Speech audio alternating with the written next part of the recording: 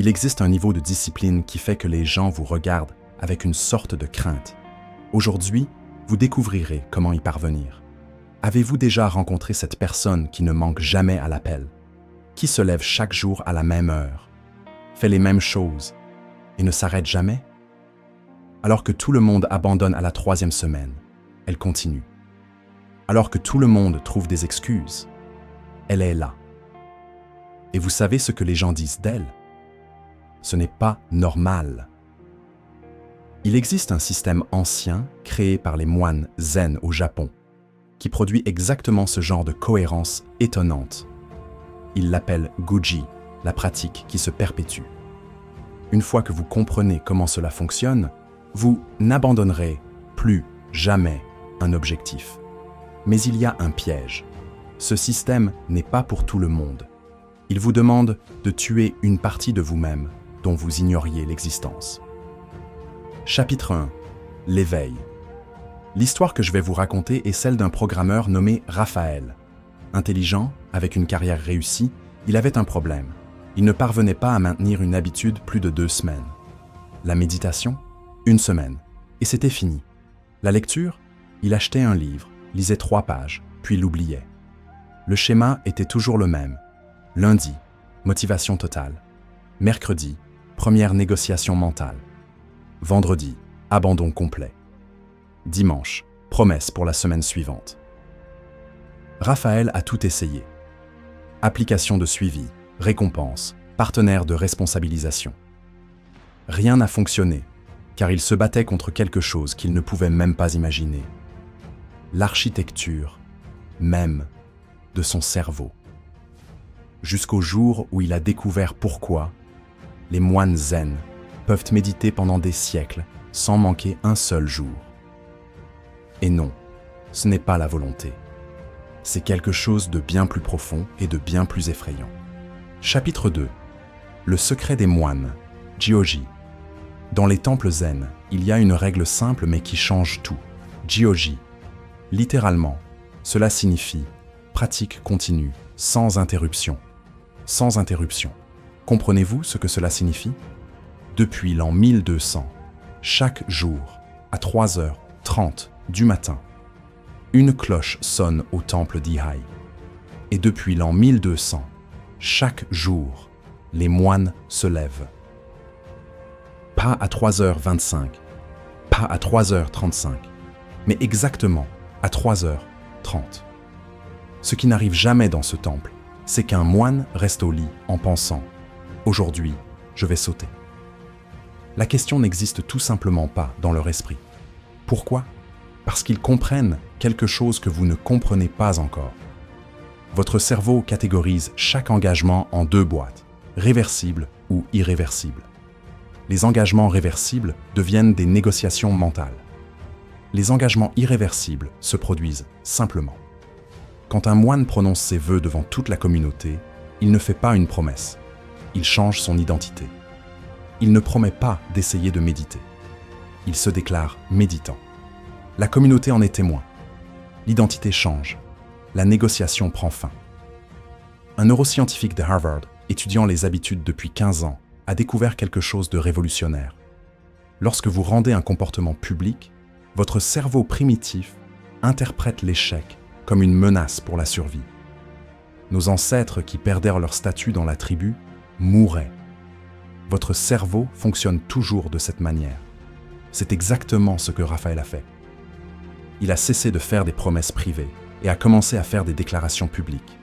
Il a écrit sur papier « Je suis une personne qui médite 20 minutes chaque jour à 5 heures du matin pendant 90 jours consécutifs. » Il l'a signé. Il l'a posté sur les réseaux sociaux. Il l'a dit à tout le monde. La pensée de devoir admettre publiquement son échec est devenue plus douloureuse que de continuer. Chapitre 3. La guerre interne. Les heures non négociables. Même avec toute cette pression sociale, Raphaël menait toujours une guerre interne chaque jour.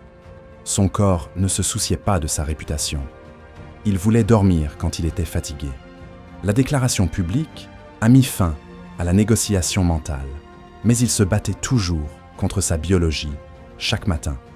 C'est alors qu'il a découvert le deuxième principe des moines, les heures non négociables. Chaque jour, vous gaspillez de l'énergie mentale sur la même question stupide. Quand vais-je faire ça? Maintenant ou après le petit déjeuner? Le matin ou le soir? Cette décision brûle le glucose de votre cerveau qui devrait être utilisé pour la pratique réelle. Vous gaspillez votre carburant à décider quand conduire au lieu de conduire réellement. Raphaël a choisi 5 heures du matin. Non pas parce qu'il était une personne matinale qui aimait regarder le lever du soleil. Il a choisi 5 heures du matin parce que le monde dormait.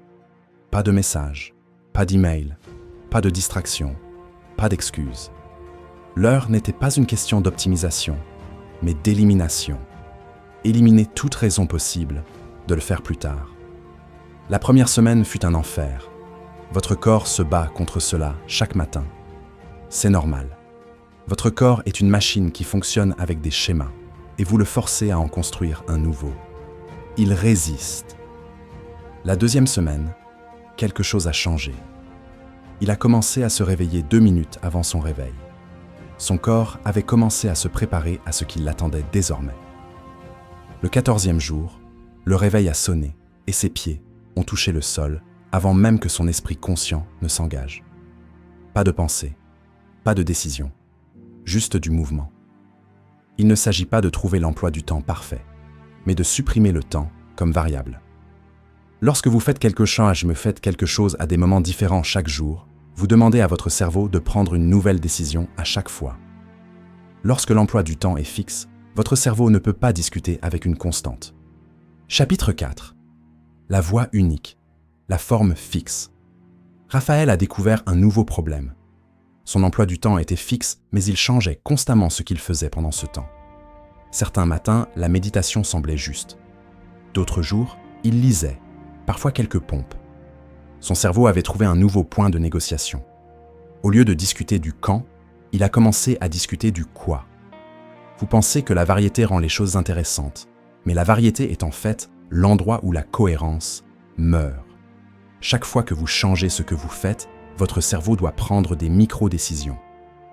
Dois-je faire des pompes ou des burpees aujourd'hui? Quel livre dois-je lire? Combien de temps dois-je méditer?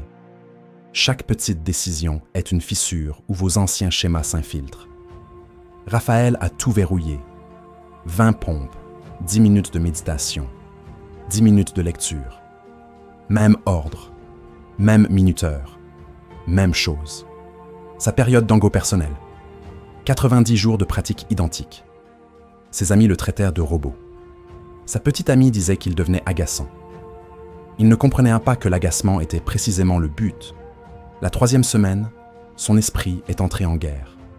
Chaque matin, il criait pour la variété. La 4e semaine, quelque chose s'est brisé. Pas sa discipline, mais sa résistance. La voie de la négociation s'est tue.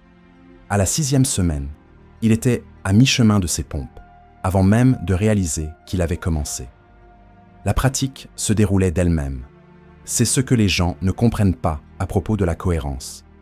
Il ne s'agit pas de la volonté qui dure éternellement. Il s'agit de la répétition jusqu'à ce que la volonté ne soit plus nécessaire.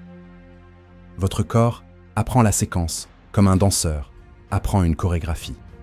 Un chercheur du MIT explique: lorsque vous répétez une action dans le même contexte pendant environ 66 jours, les noyaux gris centraux du cerveau prennent le relais. Le comportement devient automatique. Vous ne décidez plus de le faire. Vous le faites simplement. Chapitre 5. La pratique sans interruption. La continuité, avant la perfection. Le mensonge du tout ou rien a tué plus de cohérence que la paresse n'aurait jamais pu le faire. Vous vous dites, si je ne peux pas faire les 20 minutes complètes, pourquoi faire quoi que ce soit? Si je ne peux pas faire des pompes parfaites, j'attendrai demain. Cette pensée crée des interruptions. Et les interruptions sont l'endroit où votre ancien moi se faufile. Regardez n'importe quel athlète d'élite, et vous verrez quelque chose que les gens interprètent mal. Ils ont des jours de repos, mais ces jours de repos sont toujours des progrès. Ils sont intentionnels, stratégiques, planifiés. Jamais parce qu'ils se sentent paresseux. Jamais parce qu'ils ne veulent pas s'entraîner. Un jour de repos leur permet de s'entraîner plus dur demain. c'est toujours un mouvement vers l'objectif. Mais quand vous sautez parce que vous êtes fatigué, ce n'est pas du repos. C'est une retraite. Une rivière ne s'arrête jamais de couler. Pendant une sécheresse, elle peut n'être qu'un filet d'eau, mais elle ne s'arrête jamais. Dès qu'elle s'arrête, ce n'est plus une rivière. C'est un souvenir de l'endroit où l'eau se trouvait. Votre pratique est la même. Dès que vous créez une interruption, vous ne pratiquez plus. Vous êtes quelqu'un qui pratiquait. Le jour du voyage est arrivé le 40e jour. Aéroport, à 4 heures du matin. Réunion toute la journée. Pas de salle de sport à l'hôtel. Raphaël a fait des pompes dans les toilettes de l'aéroport. Les gens le regardaient comme s'il avait perdu la tête. Parfait. Il a médité, dans l'Uber. Il a lu dans l'avion. Rien n'était parfait. Tout maintenait l'élan vers le même objectif qu'il avait déclaré 90 jours auparavant. C'est ça, le Guji. La pratique qui se perpétue. Chapitre 6. Les pré-solutions. Votre enfant tombe malade. Votre voiture tombe en panne en allant à la salle de sport. Votre patron vous retient tard. Ce sont des tueurs de cohérence, parce que vous n'avez pas prédéterminé comment les gérer. Chaque fois qu'un obstacle inattendu apparaît, vous devez prendre une décision sous le stress. Cette décision, dans ce moment de chaos, est l'endroit où vous choisirez le chemin de la moindre résistance à chaque fois. L'obstacle gagne parce que vous menez une bataille pour laquelle vous n'étiez pas préparé. Les monastères zen fonctionnent depuis des siècles sans manquer un seul jour de pratique. Tremblements de terre, guerre, famine, la pratique continue. Comment ? Ils ne prennent pas de décision lorsque des obstacles surgissent. La réponse existe déjà. Quand la salle de méditation est inondée, ils vont à la salle à manger. Quand la salle à manger prend feu, ils s'assoient dans la cour. Il n'y a pas de réunion, pas de discussion, pas de négociation. La cloche sonne. La réponse est automatique. Raphaël a noté chaque obstacle qui avait brisé sa cohérence et a pré-résolu chacun d'eux. Plan pour la pluie, pompe dans le garage, invité à la maison, entraînement silencieux dans la salle de bain, gueule de bois, ce qui ne devrait pas arriver, mais si cela arrive. 2 pompes, 1 minute de méditation, une page de lecture. Chaque scénario avait sa réponse prédéterminée. Quand X arrive, je fais Y. Pas de réflexion, pas de négociation, juste de l'exécution. Le pouvoir de cela n'est pas seulement de maintenir la séquence, c'est que vous arrêtez de gaspiller de l'énergie mentale sur des décisions. Votre cerveau sait que quoi qu'il arrive demain, la pratique continue. Cette certitude change tout votre système nerveux. Chapitre 7. La transformation. Lorsque votre discipline met les autres mal à l'aise, vous opérez enfin au bon niveau. Votre existence prouve que tout ce qu'ils disent être impossible n'est en fait que désagréable. C'est pourquoi ils vous traiteront d'obsessionnel. C'est pourquoi ils diront que vous avez besoin d'équilibre. Ils ont besoin que vous ralentissiez pour qu'ils se sentent mieux, en restant immobiles. Mais vous ne le faites pas pour eux. Vous le faites parce que vous avez découvert le secret. La cohérence ne consiste pas à faire quelque chose tous les jours. Il s'agit de devenir quelqu'un qui ne peut pas faire autrement.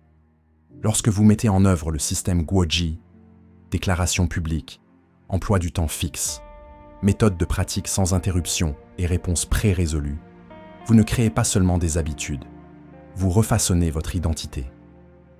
Vous cessez d'être quelqu'un qui essaie et devenez quelqu'un qui est simplement. Et quand cela se produit, quand cette transformation est complète, les gens vous regarderont et penseront « Comment fait-il » Et la réponse sera simple. Il ne fait pas, il est. La question demeure. Êtes-vous prêt pour ce niveau de transformation ? Parce qu'il ne s'agit pas de discipline. Il s'agit de mort et de renaissance. La mort de votre moi incohérent. La naissance de votre moi incassable. Le système Guoji ne fera pas de vous une meilleure personne. Il fera de vous une personne différente. Quelqu'un que les autres regarderont en pensant « ce n'est pas normal ».